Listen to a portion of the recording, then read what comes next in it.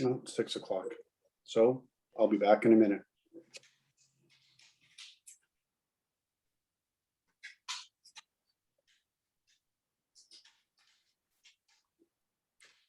Everybody ready? It being 6 o'clock, this is a public meeting held by council under section 34, subsection 51, 20A and B, and 51, subsection 21 of the Planning Act 1990 and is declared open. Members are to state any pecuniary interest in the general nature thereof before this item is discussed. I'll take silence as a no. Thank you very much. There being none, this public meeting is to consider an amendment to the Township of McNabb Braeside zoning bylaw 2010-49 and a proposed subdivision. The meeting is a requirement of the Planning Act. In accordance with the Planning Act, notice must be given at least 20 days before the public meeting is held. Would the clerk please confirm the date the notice was circulated and calculate that we had the 20 days notice? The notice was circulated to all property owners within 120 meters of the location on April 16th, 2021. The notice was mailed to the agencies as required under the Planning Act, and the notice was published on the township website and calendar on April 16th. Notification was also received that the notice was posted at the property. Thank you very much. The 20-day notice having been given, I now declare this meeting properly constituted to transact its business.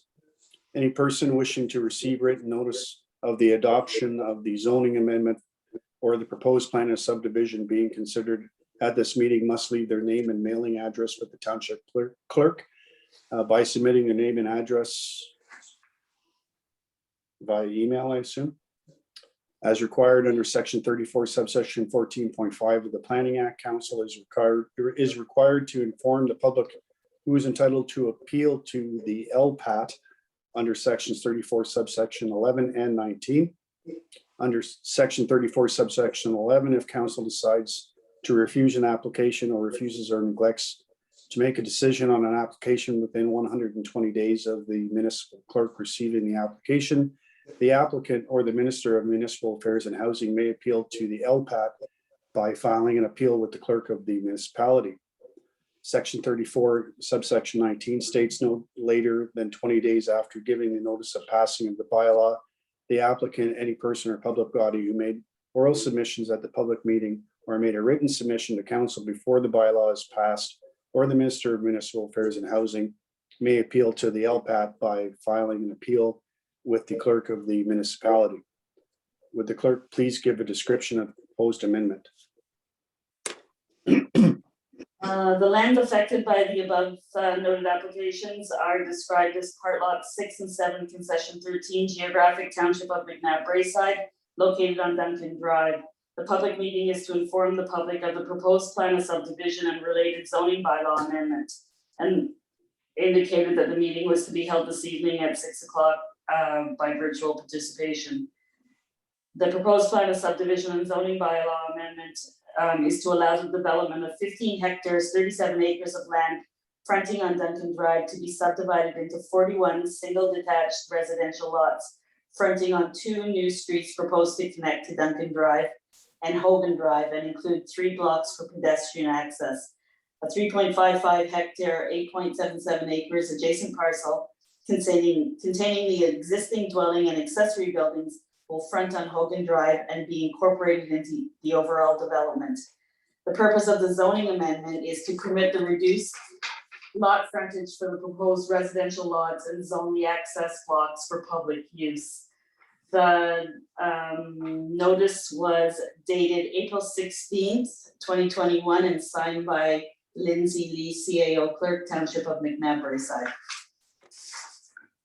Thank you very much. Were there any written comments received?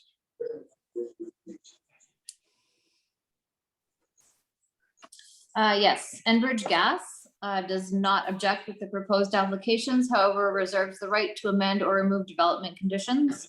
This response does not constitute a pipe location clearance or for construction or ability for gas. The Township Septic Department will provide more detailed comments and and or conditions after a more thorough review to be completed at the subdivision application stage. The township chief building official will provide more detailed comments and or conditions after more thorough review to be completed at the subdivision application stage. And Paula and Stephen Cherry, I'm going to summarize, but the full email is in the package. The concerns are buffer zone radius for potential impacts to existing water quality and quantity, septic effluent, natural forest, wildfire, intermittent stream feeding Jed Creek and traffic. This correspondence was copied to all of council by Mr. and Mrs. Cherry and therefore summarized this evening. The agent for the applicant and the township planner also received a copy of this correspondence. County of Renfrew Public Works have no comments or concerns, and TELUS has no comments or concerns. That's all of them. Thank you very much. Does planning staff wish to speak or make comments regarding the application? Thank you, Mr. Chair. So as was read in the notice, this is an application for, it's a joint meeting for both the plan of subdivision application that was submitted and a zoning bylaw amendment. The subdivision is proposing to create 41 new single residential lots just immediately north of the existing, we'll call it phase 1 of Hogan's Heights. So these lands are immediately to the north and is proposing an additional 41 lots to be used for residential purposes. Submitted with the application were a number of studies. There was an environmental impact study.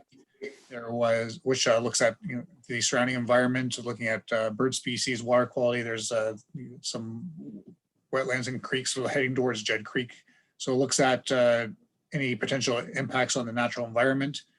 There was a preliminary geotechnical review that looks at the soil and ground conditions, making sure that they're suitable for construction of buildings and also any municipal infrastructure like the roads or stormwater management facilities. There was a conceptual stormwater management report done indicating how that the property can be drained and how the stormwater management could work. The detailed design of those stormwater management facilities is always done as a condition of approval. So it's just a conceptual at this stage saying that it can be done, but the details are always done prior to final approval. There's a hydrogeological assessment. This is the study that looks at the groundwater conditions in the area, making sure that the whole subdivision will be serviced by well and septic. So it looks at the existing groundwater conditions, making sure that there's enough water to service the site without negatively impacting anybody else off the site, and making sure that the new residents coming to the township will have a safe, clean source of potable water to drink. And it also looks at septics as well, to making sure that the density of the development will not result in any contamination of the groundwater supply. And there was also a planning rationale report that was submitted, which looks at the design of the subdivision in relation to the official plan, making sure that the design of the subdivision fits in with the character of the existing area and that it satisfies the policy requirements of the provincial policy statement and the county official plan. The environmental impact study, the hydrogeological study, and the geotechnical study. Yeah, so there's the three of them: geotechnical, EIS, and hydrogeological study have all been submitted to the County of Renfrew peer review engineers. So that's a Cambium environmental. They are looking at those three studies and will provide their review of that to the County of Renfrew. And the township is looking at the preliminary stormwater management facilities to make sure that that infrastructure can fit in with the existing drainage in the area.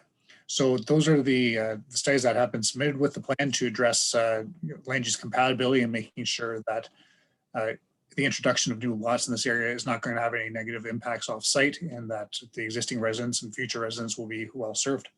And that concludes my presentation. Thank you. Thank you very much, Bruce. Angela and or Lindsay, the script that I'm following here is a little bit different than normal, and we have a couple of opportunities for council to speak, a couple of opportunities for the proponent to speak, and then to follow up with the council. Am I allowed to go off script a little bit with this, or do I have to strictly follow the protocol?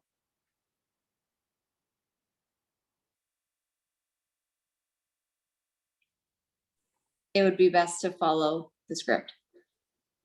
All right. Thank you very much. Just give me a second.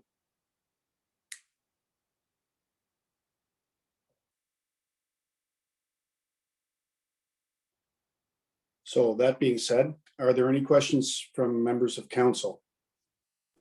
Which I will add will be followed by, would the applicant like to make any comments? And then a follow-up from council. And then does anyone wish to speak in favor or opposition of the amendment? I assume that's the public. And then there are additional questions from council and any last comments from the applicant, just so you know what's coming up. So with that said, are there any questions from members of council? Guess you can't see me? Oh, here. No, I came back in, sir. Mr. Mayor? Thank you. It's not a question. It's just a comment to remind the developers and their engineers that the new streets within the subdivision will be named by the township according to our policy and bylaw for naming streets, new streets in the township after our veterans. So I'd just like to remind the engineers for this development that's what occurs, and as soon as they need names for the streets that are there, they need to contact the township and they will be supplied. Thank you. Thank you very much, sir. Any other comments? Councillor Broom? Would it be best that I wait or shall I go with my list that I have? Well, it appears that we have about 3 opportunities to provide comments. My preference was going to be to have members of the public and the applicant proceed. But since we should probably follow script, it would be your choice to speak now or speak later. If I may, I'll just touch on a few bigger, I'll just try to summarize what I've heard from local residents, and then everybody will have a chance to speak, including the public. And then if stuff hasn't been touched on by the end, then I'll add in my final 2 cents. So our biggest thing is water. As everybody knows, it's adjacent. I'm right across the road from it. Our major issue that we've heard from a lot of residents is who is going to be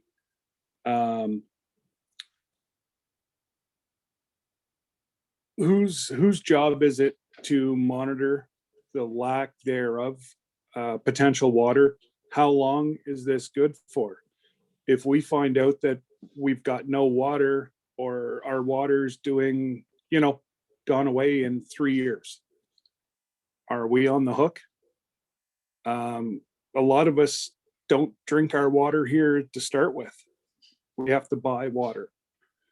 So is this going to, at what part is this process going to take all into that? I guess maybe that'll be for Bruce later on down the question is water. How long? Who's responsible? A lot of us have thousands of dollars worth of water, sulfur removers, water softeners, everything else downstairs. What's these 41 houses going to do to all that? Are we going to have to, is everybody going to have to end up putting in reverse osmosis? Who's responsible for that? Are we responsible for that as the residents around? And just the other thing that I want to touch on is safety. You're adding in 100 new houses on a single road. We have an accident at the end of Duncan Drive. I was a big proponent with phase 1 that they were going to have a secondary outlet. Everything that we were given today, I've went through. I possibly might have missed it, but it looks like that's gone now. So phase 1 is not going to have an outlet. So again, we're going to have 100 new houses on our street. And if we have a major wreck at the end of Duncan Drive, we can't get fire trucks in here. We can't get ambulances. Those of us that have four-wheel drives could possibly get out, depending on the severity of it. Those were the biggest issues raised to me over the last week. Thank you. Any other comments from members of the committee?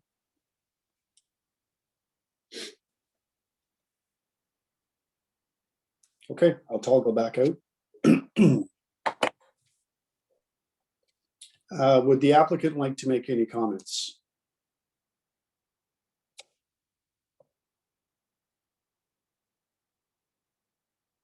And we'll give them a few seconds for technical issues.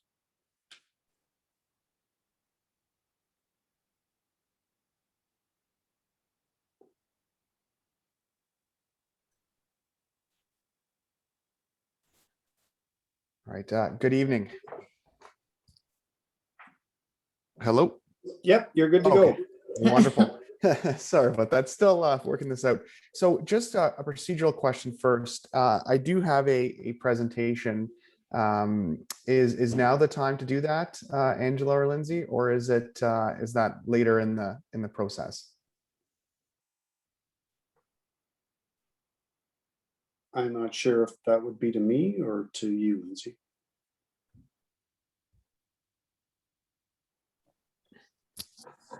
Council did receive the presentation in their package. It's on the agenda under 9.1. So if, rather than put it up on the screen, if Marco just wants to go through it, council does have it, Marco, in their package. Okay, and Yeah, is would now that work for you, Marco? that works just fine for me. If Okay, everyone's good, I can go into that now. And then I'll be brief because Bruce and Angela did comment on a few of those items that are in my presentation. So I'll try not to be too repetitive. And then maybe I can touch upon some of the comments made by Councillor Brum and the public as well. Okay, great. So obviously, good evening, Mr. Chair, members of the committee, councilors, and staff, and any members of the public. My name is Marco Cekic. I'm a land use planner with McIntosh Perry. McIntosh Perry is the agent for Kavanaugh Developments with respect to the proposed phase 2 of Hogan Heights. The application obviously that's before you this evening.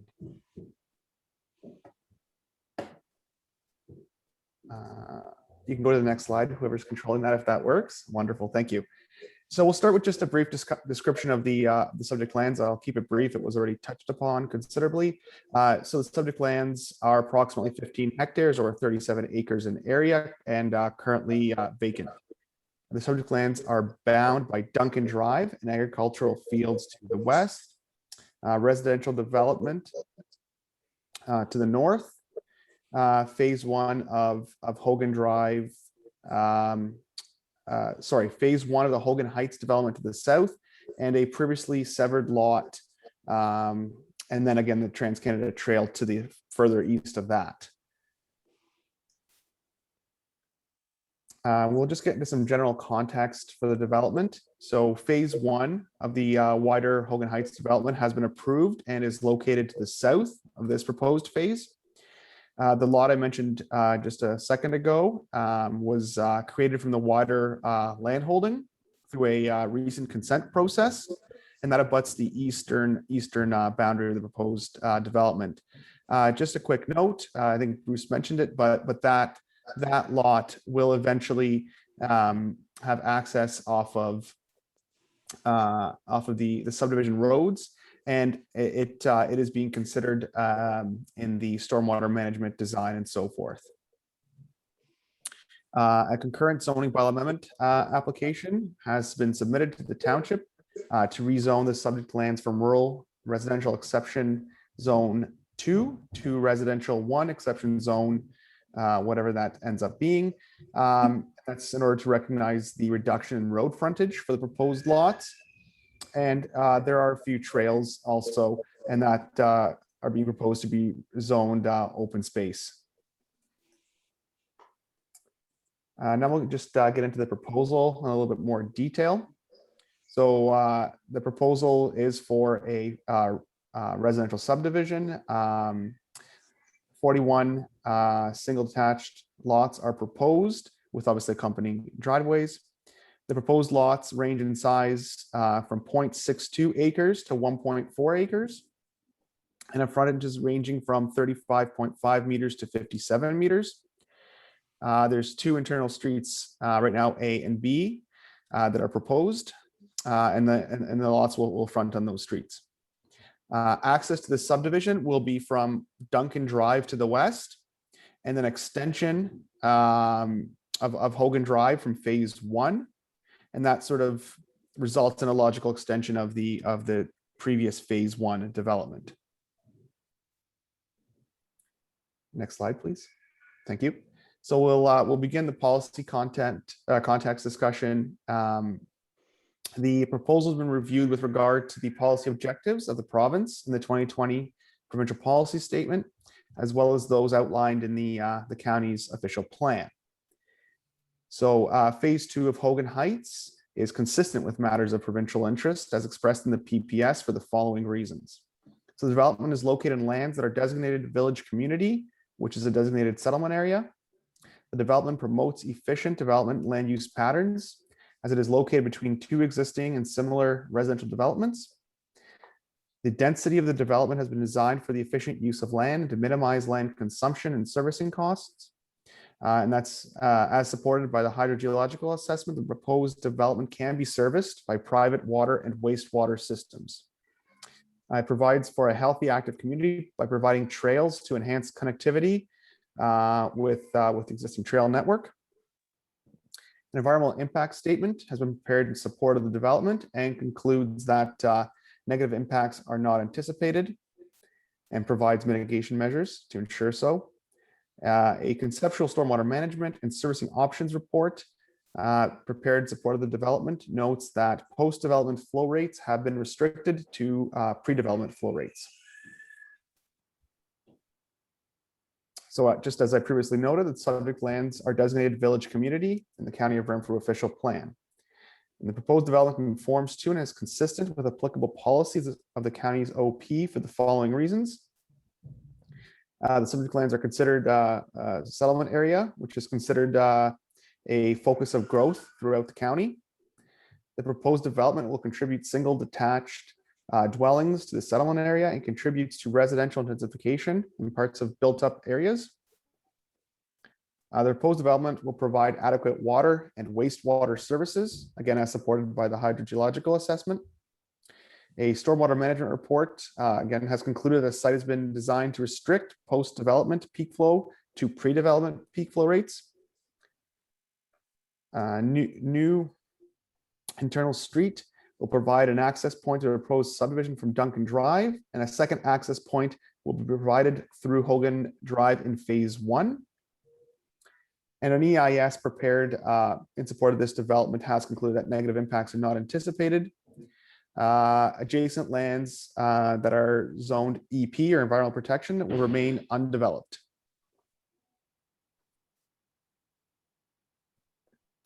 So we'll take a look at the zoning bylaw quickly. The subject lands are zoned rural residential exception 2 pursuant to zoning bylaw number 2010-49.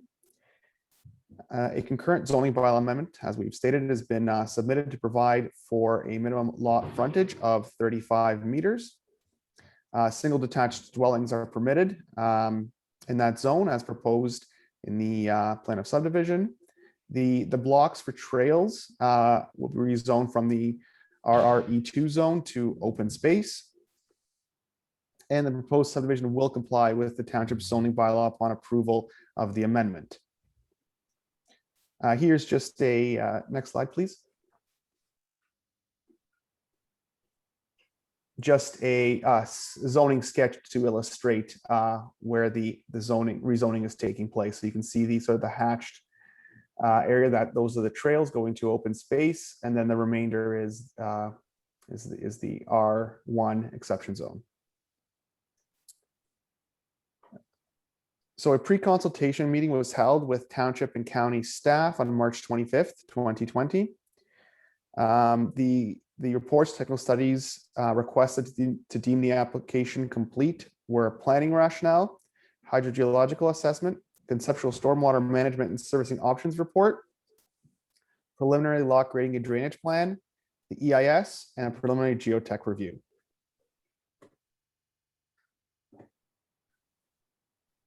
So I'll just go through a very quick summary of these studies as they're quite important. So an EIS was prepared by Muncaster Environmental Planning, dated July 7th, 2020. That EIS found that no natural heritage features as identified by the PPS were observed on or adjacent to the site, and none are mapped on Schedule B, Map 4 of the County of Renfrew OP. The EIS notes that the vast majority of the trees on site will be retained and provides mitigation measures to ensure the environment in general will be protected. The hydrogeological assessment. So hydrogeological assessment and terrain analysis was completed by McIntosh Perry, dated December 2020. The assessment concludes that there is a suitable and safe supply of water to support the proposed subdivision. The assessment also notes that no water supply issues are expected for surrounding properties as a result of the proposed development. And the assessment acknowledges the existence of sufficient spatial area for each proposed lot and recommends that all septic systems be constructed with appropriate setbacks, treatment units, and stipulations as per Ontario regulations. And we'll come back, I think, at the end of the presentation to maybe answer some of those questions, particularly regarding the water situation. So stormwater management and servicing options report was completed by McIntosh Perry, dated December 2020.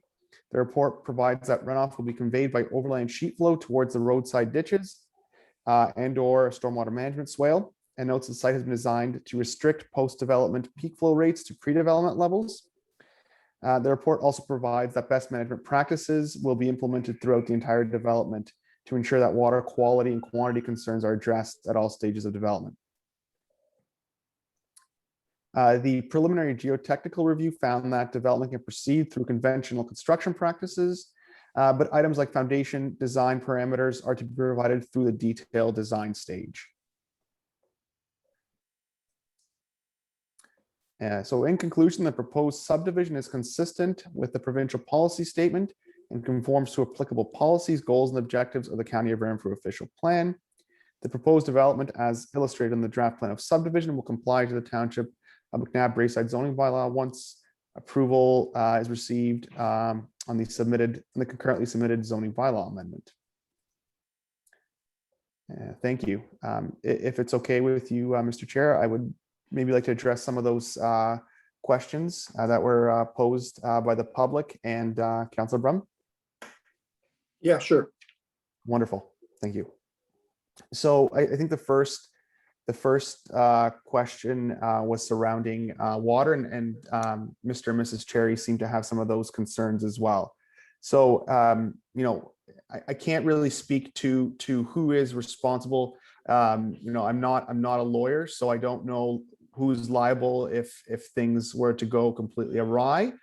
But I can speak to the process and how this is how it's all evaluated. So McIntosh Perry, for example, in this case, prepares the reports.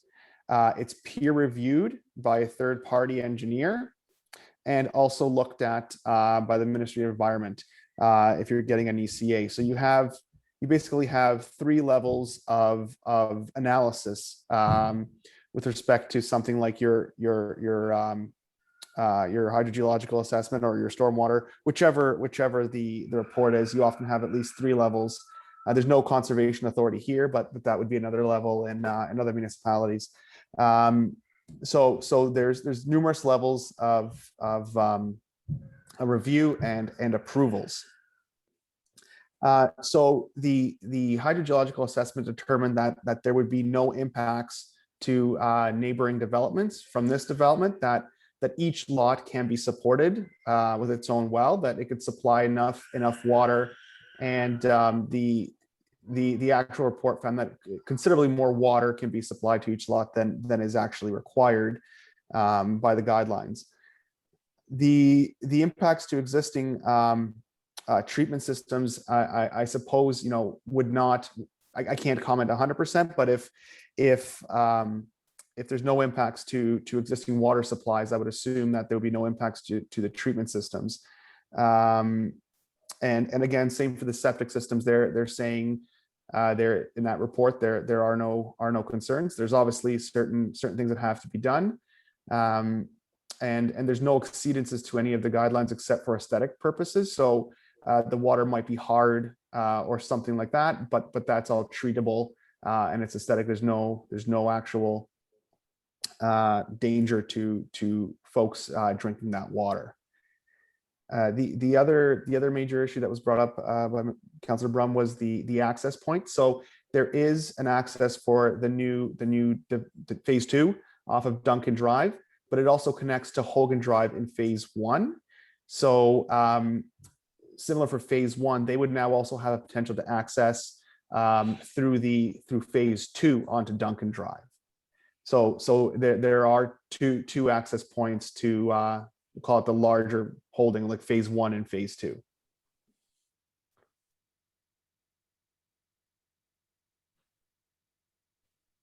Okay, thank you very much. I'm just going to toggle back out here.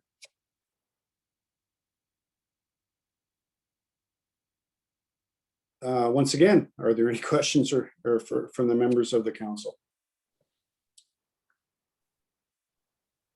I'll go with Councillor Jacob and then Councillor Broom this time. Thank you, Mr. Deputy Mayor.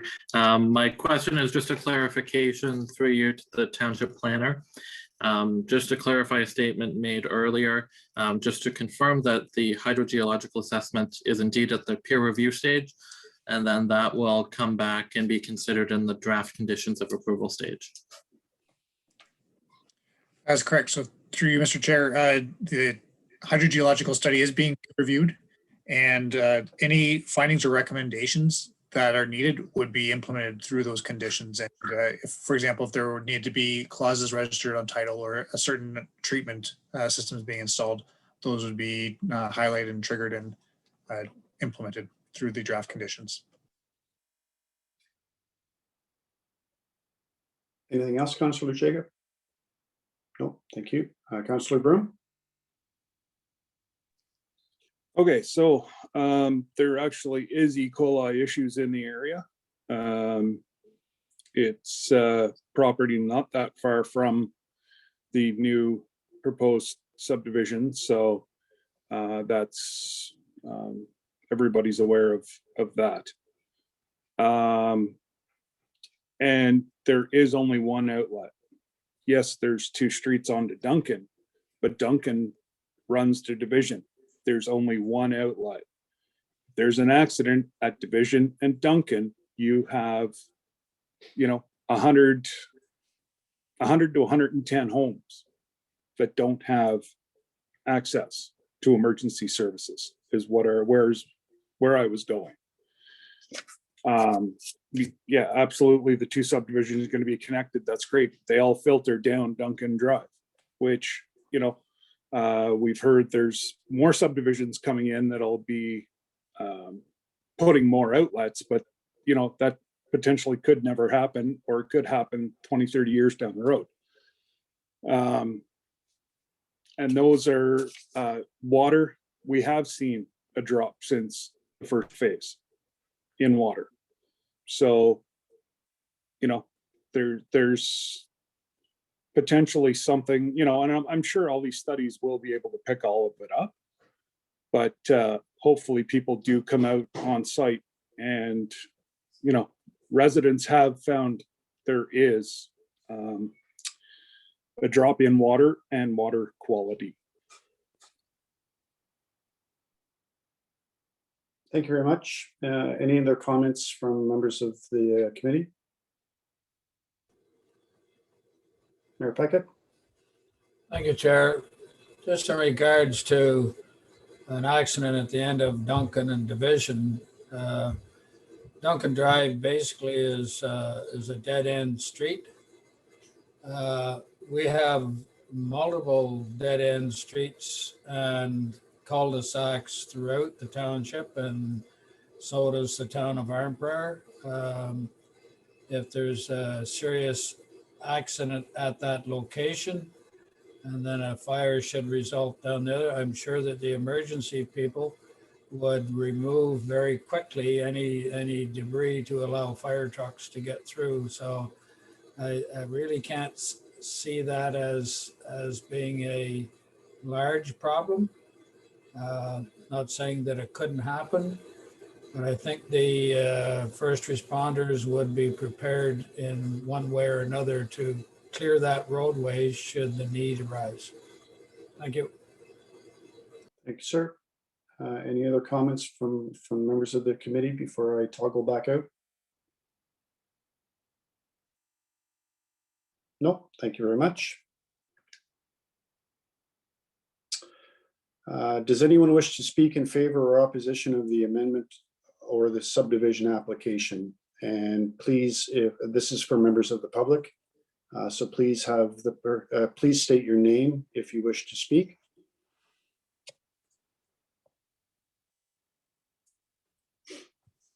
I don't see anybody with their hand up. Okay, we'll just give them a couple of seconds, just in case they're having issues finding the right buttons like I usually do.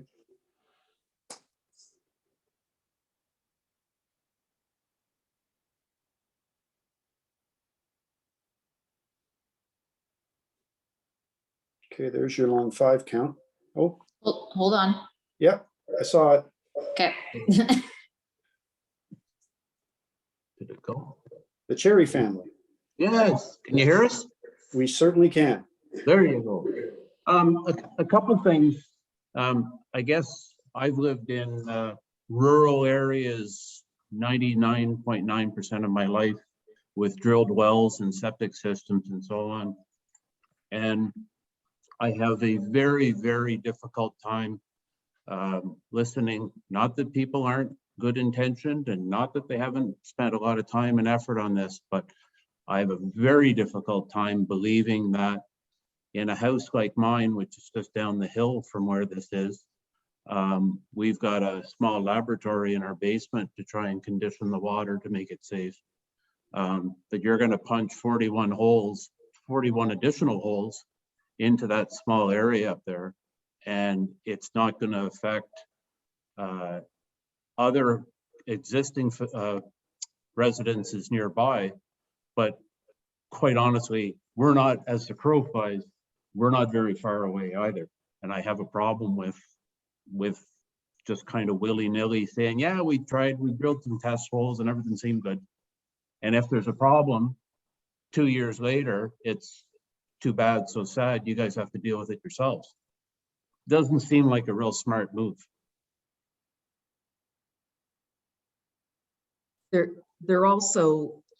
seems to be a lot of discussion, and as Mr. Cherry stated, we already have a very robust water treatment system in our home to deal with sulfur, iron, hardness, and iron. And it doesn't appear as though there's any plan that addresses or takes ownership of the impact to water quantity and water quality that may arise outside of the proposed subdivision. You've sent out, you must have a radius of those that are notified because of a potential impact of a subdivision of this type, that there must be a buffer where the developer and council and Renfrew County must take a look to the impact to existing taxpayers by that are down like us specifically, we're just down the hill. We've addressed it in water quality, quantity concerns, and relative to septic. But what happens if you guys all sit around the table and you go, yeah, I think we're okay, and you're not? Then what happens? It appears as though it is the ownership transfers and the responsibility for the problem transfers to those who are already carrying those water problems already. Is anybody able to respond to that? Uh, Sorry, I'm chuckling because I was going to turn my attention to this, to our planner, Bruce, and he has risen his hand. So Bruce. Thank you very much, Mr. Chair. So this is a common concern that we do hear whenever rural development is being proposed, whether it's by a planned subdivision or severances even on a smaller scale. So obviously water and protection of that resource is very important to every resident who relies on it and to the township as well. So it is something that we look at very closely and rely on that engineering expertise. So the Ministry of Environment and Climate Change, they keep on changing their actual title, but essentially the Ministry of Environment has a D-series guidelines, essentially states how these hydrogeological studies are to be done, and says, you know, based on the size of the property and how many residential lots there are, they spell out how many test wells there has to be, and then the standards that the water has to meet to qualify to meet certain benchmarks. That being said, when we do have development with existing residential uses around it, sometimes, so I'm going to turn it over to Marco soon, but what we have done in the past in certain cases is request that the developer go out and for if anybody is willing to participate, going out to some of these existing houses and wells where there's a concern. So for example, the Cherry family, if they were concerned about this and wanted a baseline data. So to be, for example, if ever an issue arose of quality or quantity for the Cherry household in the future, to be able to hold the developer accountable, they would have to be able to demonstratively prove that it was the result of the development that had that impact on their water.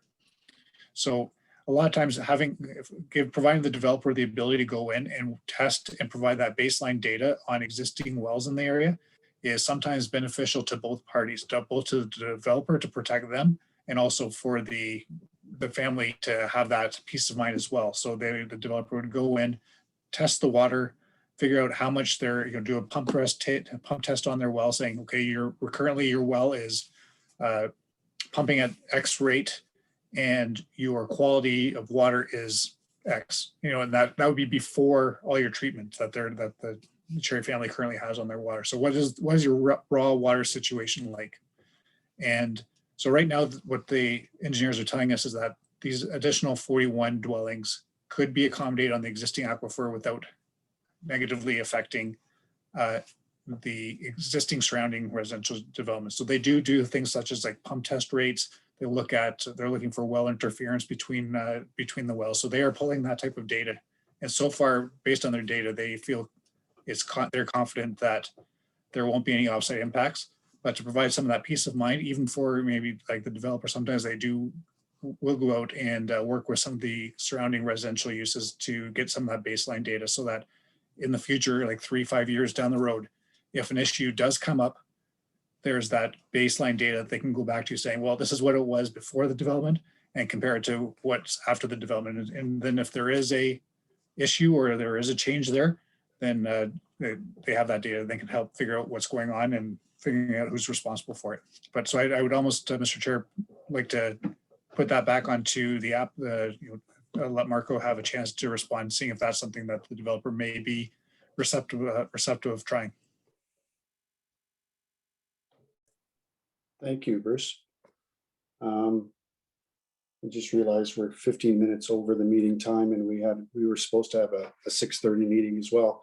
But that being said, I'll just get back to the agenda here. So, are there any last questions from members of from the committee?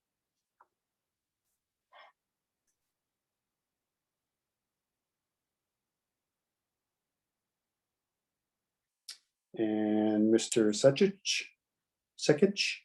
sorry. Oh, it's Checkich, close. Checkich? Yeah, no one ever gets it. It's all right. So just to touch on a few things in Bruce's comments and as well some of the questions from the Cherry family. so like Bruce mentioned, there are these series guidelines that establish the parameters for well testing and so forth. The hydrogeological report found that there were no exceedances to any of those guidelines that are potentially harmful. Things like hardness, those are aesthetic parameters. So there were some exceedances in items like that.